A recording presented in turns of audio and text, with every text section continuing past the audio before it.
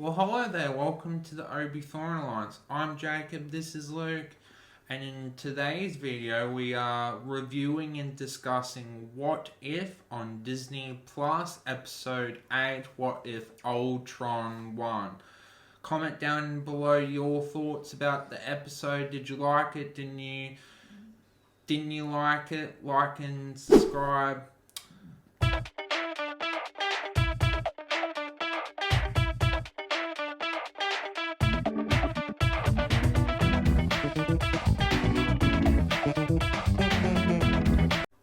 And I guess, what was your thoughts about the episode, Luke? Oh, it was a good episode. I don't know. I wouldn't say it was bad. I guess it's just a scenario that I'm not that interested in. It does build on and give us a cool insight into a few other possibilities, but it's just something that didn't cross my mind whether Ultron was to win. But I don't know. It is a cool episode. I think it's going to be a 2-part episode. Yeah. But yeah, I think it's cool. It's not my favourite, but it's good enough. What are your thoughts? Well, this one was probably least first or second favourite episode. I really enjoyed the episode. Obviously, it's not 100% perfect because there are some things that you go, oh, that happen, but because of the time frame and things like that. But I really enjoyed this episode because it was just a really good episode. I think it makes Age of Ultron mean more because it shows that the Avengers bringing Vision and defeating Ultron, it makes that movie mean so much more, and they didn't do that. And you know, if Ultron got the Infinity Stones, he would actually do something different to Thanos, and it makes you think, well, I think Ultron would be a worse villain to Thanos. Like, yeah, I really enjoyed this episode.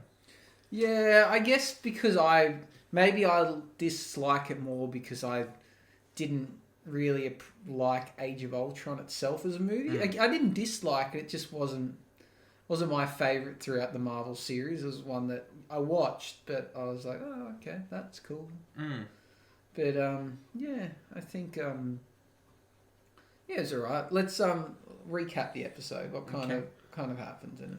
Basically, in this scenario, Ultron doesn't go into the Avengers don't get Jarvis in time. Ultron gets Jarvis, so basically Ultron is super powerful and unbeatable. So basically he defeats Iron Man. I would assume he defeats all the other Avengers as well. And the two remaining Avengers are Hawkeye and Black Widow. And then Black Widow and Hawkeye are trying to stop him. And then at the moment, he's somewhat powerful. And then we get this appearance from Thanos. And you're thinking, oh, they're going to fight. They're going to do something. And then Ultron is like, really? You think you can take me down? He zaps him like that.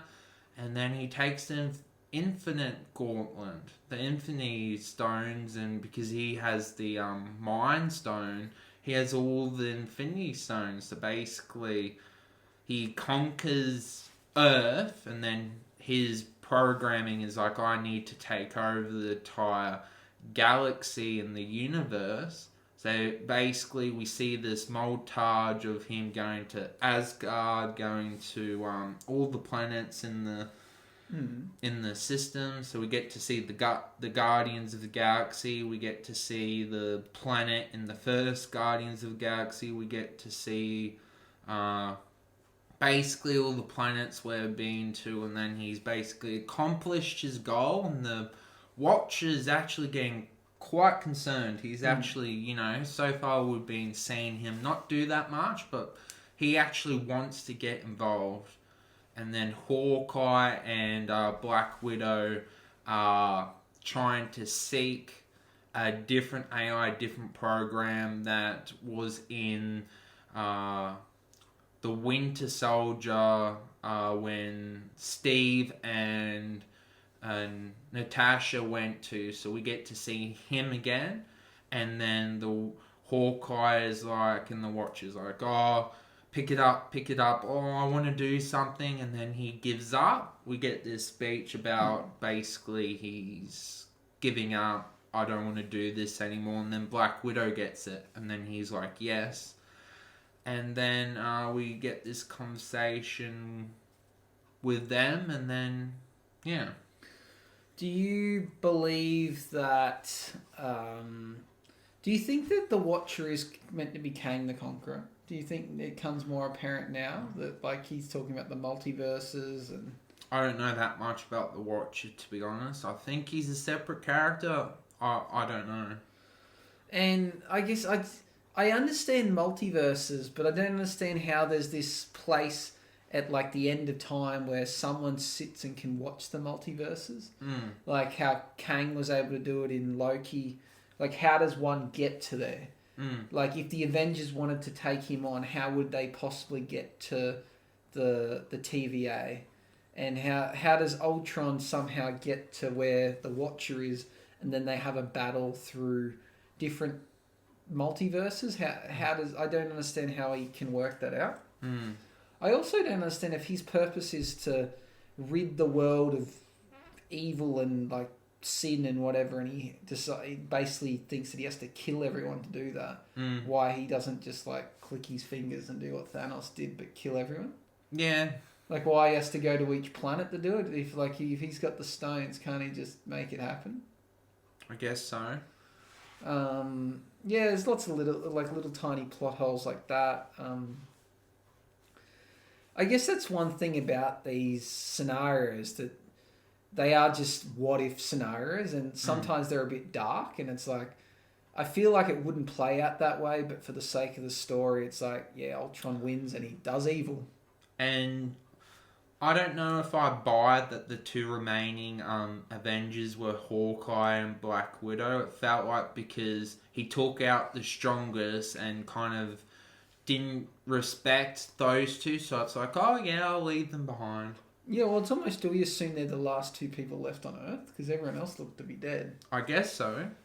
And then, do you buy this whole, that they put that guy's, like, uploaded that person's consciousness into one of the, like, Ultron's little minions, and that was their plan, that was supposedly going to work? I don't know. I also, the whole bloody Hawkeye, and there's, like, thousands of these Ultrons coming at him, and he's just using his arrows. He's like, oh, it's alright, I'll take him out. You're like, no, you can't. You're like, it's a crap weapon. Like, you wouldn't win. Like, you would not win. Like, you would think these Ultron things would have been much stronger than that. I did like the montage, though, when they went and took over each planet. Yeah. Yeah, that was quite cool.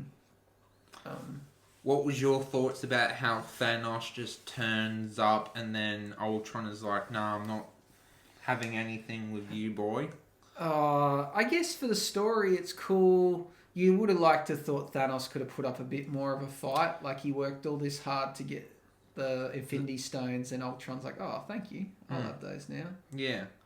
I personally don't buy, but it depends which version of the character it was, because if it was Infinity War's version, I don't think it was, but if it was Endgame's version of the character, I sort of buy that. Depends which one.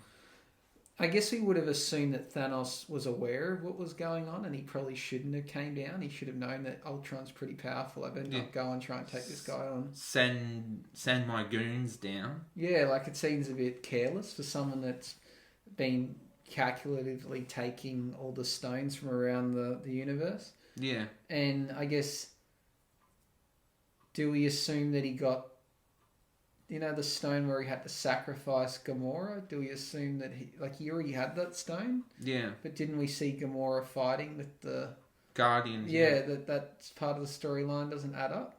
He theoretically shouldn't have had all the stones in order to give them.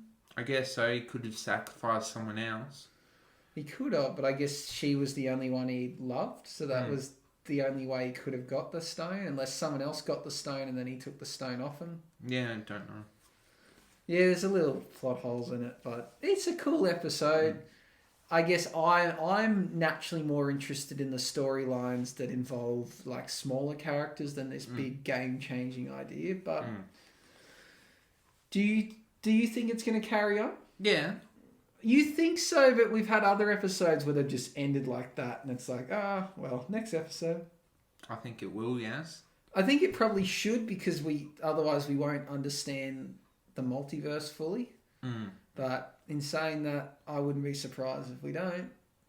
Like we have been surprised so far with What If.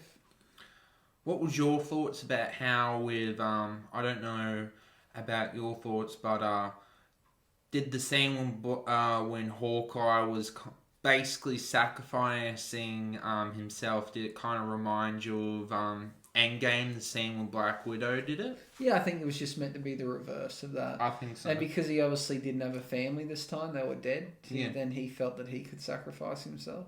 Did you like that they did that, or do you think it was like... No, I think it's a cool swap. Well, he had something to offer. What would a Black Widow offered? Like, he would have jumped down there. Like, he had some kind of shield or something that he shot with his arrows, but she had really nothing. Like, she would have jumped down there and just got killed by them. So, yeah, it was cool. I think that was a cool little, like, like a... I don't know what you call it, but like a homage to what happened in Endgame, I guess. And did you like the fight between the Watcher and Ultron? Yeah, but I guess I don't understand the Watcher and what his powers are. So until we know more about him, is that a realistic fight? Is it a fair fight? Can they even fight?